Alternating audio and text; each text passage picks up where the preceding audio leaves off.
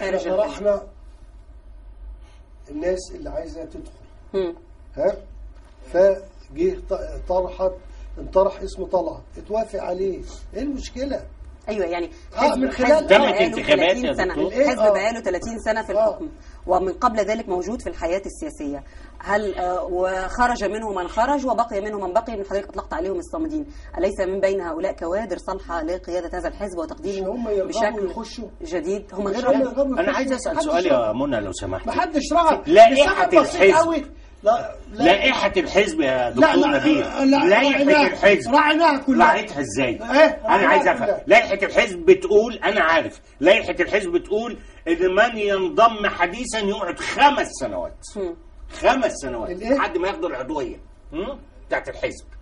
طيب العضوية او المواقع القيادية حتى طبعا 5 سنوات. طب قولي لي بقى ازاي هذا الحزب الديمقراطي جدا العتيد جدا الجديد جدا اختار السيد طلعت السادات؟ عندك رد يا دكتور؟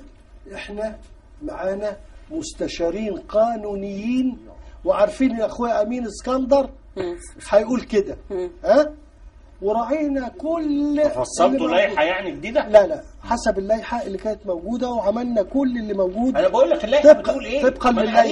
طبقا للائحه خلاص. انما يبدو بقى طبقا للائحه تجيب لي واحد مش منتمي للحزب الوطني تدخله قائد الحزب الوطني؟ طب يعني عفوا يعني السؤال منتمي للحزب الان بالنسبه منتمي للحزب هو بس يبدو حاجه بقى انا راح استغرب. اتفضل اخويا امين، لو الزلزال ده اللي حصل، تعبير اخويا امين ده اللي انت بتقوله دايما عارفه ايه الزلزال ده هيقولوا لي الحزب الوطني هو اللي عملها. لو الدنيا طلعت حر انا لسه هيقولوا لي ده الشعب المصري، الشعب المصري في ثورة 25 يناير العظيمة هو اللي قال ده، هو الذي اعطى شهادة وفاة للحزب الوطني. انا واثق من دلوقتي هيقولوا الحزب الوطني. طب يا فندم المسألة مش زي ما حضرتك بتقول، المسألة لو الدنيا طلعت بأي حاجة، أي مصيبة في هذا البلد، ظهر طائفة لان انتوا اللي عملتوا كل المصايب في هذا البلد، هيقول لك الحزب الوطني اللي عملها. حتى لا والله العظيم قالوا الزلزال احنا اللي عاملينه. طيب الزلزال مش انتوا اللي عملتوه، لكن هناك اتهامات قضائيه وجهت بالمسؤوليه حتى الان. اللي عمله الحزب الوطني الجديد زي حتى الان الاتهامات التي وجهت نفس حاجه واحده ما يقولوش عليها الحزب الوطني اللي عملها. اسمح لي يا جماعه خلينا فير، خلينا نحصل على اجابات. لا تزر وازره وزر اخرى. طيب كل الناس اللي عملت كده حكموهم، مش كل الحزب الوطني. الناس دول كانوا ماشيين في الشارع يا فندم، مش كانوا اعضاء في الحزب وحزب الدين وقياداته. يعني دلوقتي لما توجه لجنه تقصي الحقائق للاتهامات لقيادات عليا في الحزب الوطني، جزء كبير منهم موجود او عدد كبير منهم موجود الان قيد التحقيق فيما يتعلق بموقعة الجمل، فيما يتعلق بالتحريض على احداث بلطجه في ميدان التحرير. هل حضرتك تستطيع ان تقنع اي حد ان المسؤولين كده هم ناس باشخاصهم عملوا الموضوع ده تبرعا مش عشان هم اعضاء في الحزب الوطني؟ بص، دي وقائع محدده. ها شنو اللي عملها؟ هقول لك ايه تاني؟ شنو اللي عملوها؟ انما ما تجيش تقولي على الحزب بال3 مليون بتوعه هم اللي عملوا كده.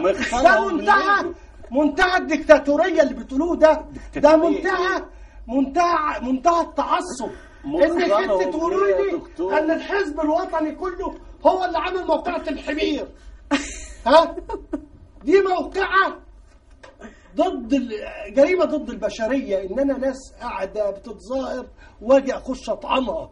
وانا ازاي اعمل مساواه ما بين عضو عادي وما بين عضو قيادي؟ انا عايز اسالك سؤال يا استاذه منى. في قياده اخذت قرارات بانزال الحمير، حكموهم. في قياده نزلت حكموهم اشنوهم.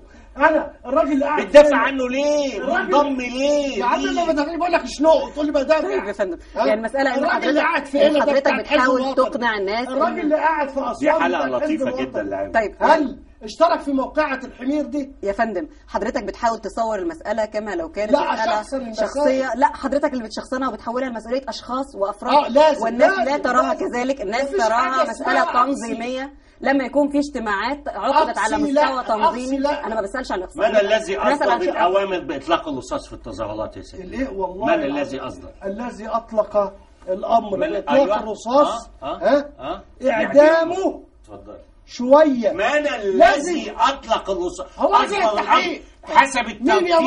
مين يا منى؟ انا لدي سؤال واريد ان استمع الى اجابات حتى نستثمر ما تبقى من الوقت وهو قليل جدا، وانا اريد ان استمع من حضرتك. اذا يعني عايز اسال سؤال، ايه اللي عمل اللي ضرب يا فندم؟ احنا نتوقع منك اجابات وليست اسئله، المشاهدين بيتفرجوا على حضرتك عشان يحصلوا على اجابات مش على اسئله. انا بسال حضرتك سؤال محدد، كيف يمكنك ان تحصل الاتهامات في اشخاص بعينهم؟ هل بالصدفه ان هؤلاء الاشخاص كلهم قياديين بارزين في الحزب الوطني وظهرت عليهم مثلا علامات اجراميه مثلا دفعتهم الى ذلك، ولا ان المساله كانت تنظيميه وبقرارات تنظيميه ووفق اجتماعات تم الحديث عنها في الصحف وفي التحقيقات باعتبارهم اعضاء في الحزب الوطني؟ ماشي. اتفضل.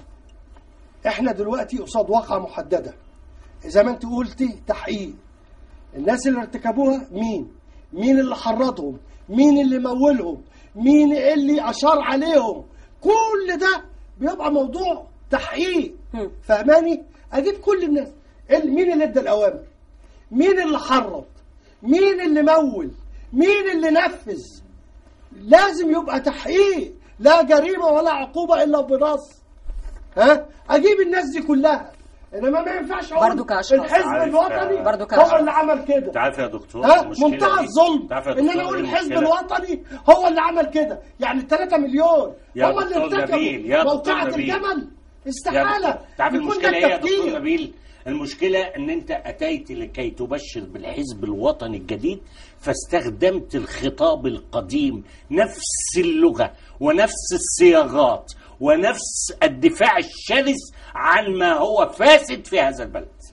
خلاص يبقى الحزب الوطني كله حسب منطقك يا سيدي نحاكمه ال3 مليون نحاكمهم لان هم ارتكبوا موقعة الجمل. يعني اذا كان تصدير اذا كان تصدير للاتهامات هي الطريقه اللي حضرتك بتتبعها في اقناع الاخرين، فالحقيقه يعني انا بتمنى لحضرتك حظ جيد في اقناع من يقتنع بذلك اذا كان طريقه الدفاع هي ان تصدر الاتهامات للاخرين. لكن على كل الاحوال انا بشكر حضرتك على سعه صدرك، بشكر الدكتور نبيل لؤى بيباوي المتحدث باسم الحزب الوطني واحد القياديين في الحزب الوطني الجديد. كذلك اشكر الاستاذ امين اسكندر وكيل مؤسسي حزب الكرامة. أشكركم مشاهدينا الكرام، مستمرون معكم في هذه التغطية المتواصلة والحية بعد هذه الوقفة القصيرة. إلى اللقاء.